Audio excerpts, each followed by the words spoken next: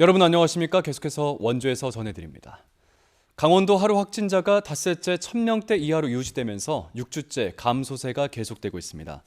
오늘 0시 기준 강원도 하루 확진자는 1397명으로 주말 영향으로 검사 건수가 크게 줄었던 전날보다 748명이 늘었지만 지난주 같은 요일보단 267명이 줄었습니다. 시군별로는 원주가 311명, 횡성이 32명, 영월 42명, 평창 9명 등입니다. 지난 일주일간 일평균 확진자도 1707명을 기록해 6주째 감소세가 이어지고 있습니다. 도내 누적 사망자는 전날보다 1명이 늘어난 1034명, 위중증 환자는 18명입니다.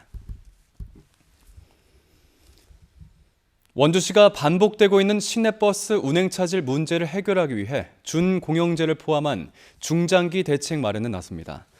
원광수 원주시장은 연료 공급 중단으로 운행에 차질을 빚고 있는 시내버스 대도여객 문제와 관련한 브리핑에서 적지 않은 예산이 시내버스 운영에 지원되고 있지만 시민들의 불편은 반복되고 있다며 다음 달 문제 근본적인 해결 방안을 찾기 위한 용역을 추진하겠다고 밝혔습니다. 한편 오늘 기준으로 대도여객의 노선버스 41대 가운데 33대가 운행을 재개했고 원주시는 운수회사와 연료 공급업체와의 협의를 통해 조속히 사태를 수습하고 시내버스 운행을 정상화하겠다고 밝혔습니다.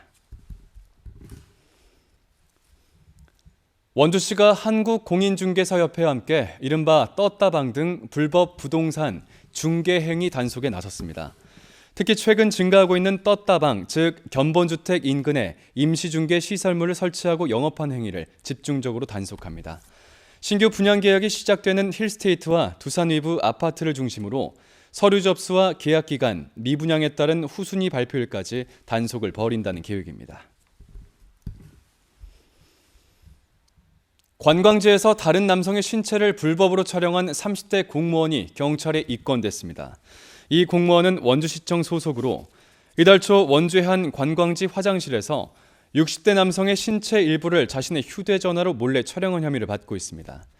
경찰은 해당 공무원을 성폭력 범죄 처벌 등에 관한 특례법 위반으로 입건하고 조만간 검찰에 송치할 예정입니다. 한편 원주시는 오늘자로 해당 공무원을 직위 해제했습니다. 횡성군과 강원정보문화산업진흥원 한림대가 메타버스 기반 구축을 위해 다자간 업무 협약을 체결했습니다. 횡성군은 지난 5월 메타버스 횡성 구축을 위한 기본 용역을 마쳤고 보다 실감나는 콘텐츠 제작에 힘을 모으기 위해 이번 협약을 맺게 됐다고 밝혔습니다. 횡성군과 해당 기관들은 군청 업무 등 행정 서비스는 물론 관광지, 특산물, 축제 등의 메타버스를 접목해 나갈 계획입니다. 평창군이 한국관광공사가 추진하는 디지털 관광주민증 시범사업 지자체로 선정됐습니다.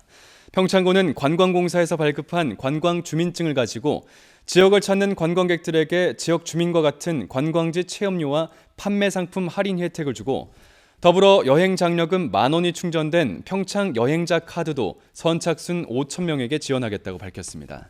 이 디지털 관광주민증은 전국 단위 연계관광 활성화 사업으로 강원 평창군, 충북 옥천군 등 2개 지자체에서 첫 시범 추진됩니다. 영월군이 도시 환경과 정주 여건 개선을 위해 영월읍 제방안길 선로 지중화 사업을 추진합니다.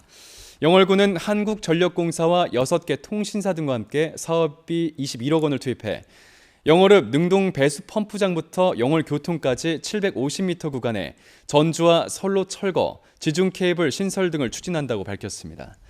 땅을 파는 굴착공사가 오는 26일부터 시작되고 주민들의 불편을 최소화하기 위해 공사 기간을 35일로 단축하겠다는 계획입니다.